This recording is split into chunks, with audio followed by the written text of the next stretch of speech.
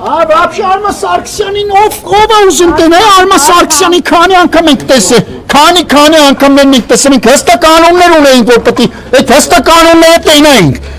Ուրեմն ես ցույց ուղիղ ասում եմ, ստորաբար խաբել են ապեն մեզ։ Մեզ այստեղ խոստացել են, որ երկու շաբթի օրը հստակեցված է, բայց բանը հստակեցված չի, դու ասա ժամը։ Մեզ ասացին ախպեր կզանգեք, կգաք, մենք ասացինք չէ, պետք չի որ մեզ զանգեք։ Մենք 12-ին ծնողներով ստեկանենք, երբ որ կլինի այն պահը, որ մեզ կընդունեք ախպեր ջանը, իրեք մարդուն հաց տենալու։ Այդ վաղտ կգաք ստեն հերքելը մեզի, կասեք մենք կհելենք վերև։ Հələ միտեղ էլ ասում են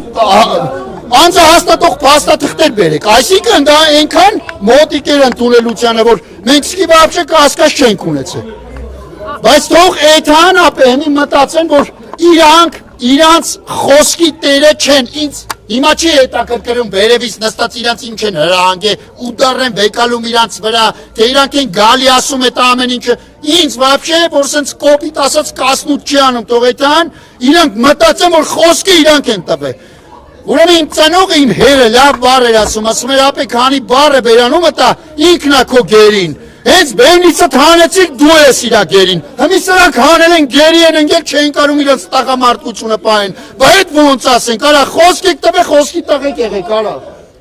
Իսկ ինչ մնում Արման Սարգսյանին տենալու, Արման Սարգսյանին չկա տենալու։ Բայց ներողություն Արման Սարգսյանը նաև գիտեշական Արման Սարգսյանը вообще մեզ չի էլ հետաքրքրում քուր։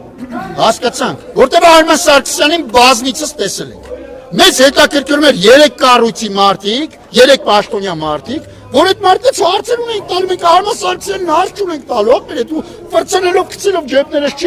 չի կարելի, չէ։